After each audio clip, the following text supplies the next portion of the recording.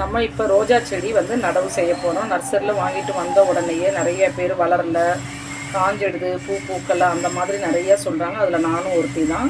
அதனால் இந்த தடவை வந்து நர்சரி பையன்கிட்ட நான் டிப்ஸ் கேட்டு எப்படிலாம் பண்ணணுன்ற மாதிரி நான் பண்ணியிருக்கேன். நான் ஃபஸ்ட்டு நம்ம வந்து பாட் வாங்கி அதில் ஹோல்ஸ் போட்டுருந்தோம். இந்த ஹோல்ஸில் வந்து சும்மா ஒரு தேங்காய் ஓடு இல்லாட்டி ஒரு சின்ன கல் இல்லை தேங்காய் நார் மட்டையை வச்சு அந்த ஹோல்ஸை மூடிட்டு அதுக்கப்புறம் நம்ம மண்கலவை போடணும். மண்கலவை எப்படி போடணும்னா நான் போட்டிருக்கேன் பாருங்கள்.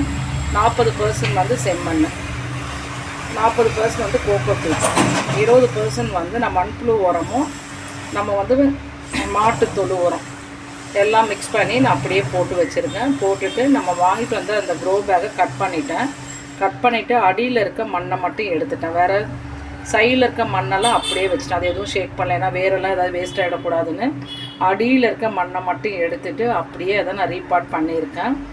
ரீபாட் பண்ணிவிட்டு தண்ணியை ஊற்றி வச்சுருக்கேன். நல்லா இருக்குது, வச்சு 2 நாள் ஆகிடுச்சு. ரொம்ப நல்லா இருக்குது.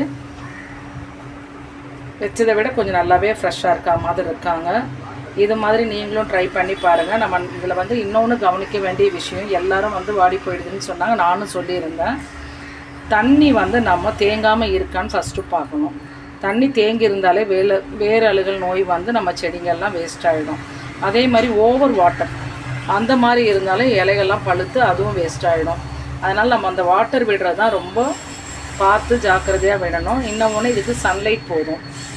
ரொம்ப சன்லைட் இருந்தாலும் இது தாங்கி வளர்ந்துடும். அதே மாதிரி ஆஃப் சன்சைட்லேயும் நம்ம ரோஜா இதழ் வளர்ந்துடும். நான் வாங்கியிருக்க 2மே 7 days ரோஸ் தான். எல்லா நாளும் பூக்கிற மாதிரி வாங்கியிருக்கேன். மாடியில் நிறைய வச்சுருக்கேன். பன்னீர் ரோஸே ஒரு 3 செடி வச்சுருக்கேன், நாட்டு ரோஸ் வச்சுருக்கேன். ஆனால் மற்ற ஒரு 7-8 ரோஸ் செடி இந்த வெயிலில் காஞ்சிடுச்சு. அதுக்கு என்ன ரீசன் எனக்கு தெரியல. ஃபஸ்ட்டு வந்து காஞ்சிடுச்சு. அதுக்கப்புறம் நான் வந்து எல்லா டிப்ஸும் கொடுத்து நல்லா வந்திருந்தது. எனக்கு கொஞ்சம் மாடிக்கு போக முடியல. அடுத்து நான் போய் பார்க்கும்போது எல்லா செடியும் காஞ்சிடுச்சு. என்ன காரணம் எனக்கு தெரியல. ஒவ்வொரு வாட்டரிங்காக இல்லை ஒவ்வொரு வெயிலான்னு தெரில. கரெக்டாக அந்த அக்னி முடியும் போது எல்லாமே காஞ்சிடுச்சு. அதனால் இப்போதைக்கு நான் புது செடி ரோஸுன்னு சொல்லி இந்த 2 வாங்கியிருக்கேன். ஆல்ரெடி ஒரு 3 செடி இருக்குது. இது வளர்ச்சியை பார்த்துட்டு தான் எப்படி இருக்குன்னு அடுத்து நான் வாங்கி வைக்கணும். நீங்களும் இந்த மாதிரி பண்ணுங்கள், ரொம்ப நல்லா வரும். நான் நெக்ஸ்ட் டைம் வந்து ரீபாட் பண்ணும்போதே உங்களுக்கு நான் காட்டிடுறேன். இப்போ நான் மறந்துட்டு பண்ணிட்டேன், அதனால் அப்படியே வீடியோ எடுத்து நான் போட்டுட்ருக்கேன். நான் தேங்க்யூ ஆல். சப்போர்ட் பண்ணுங்கள், சப்ஸ்கிரைப் பண்ணுங்கள்.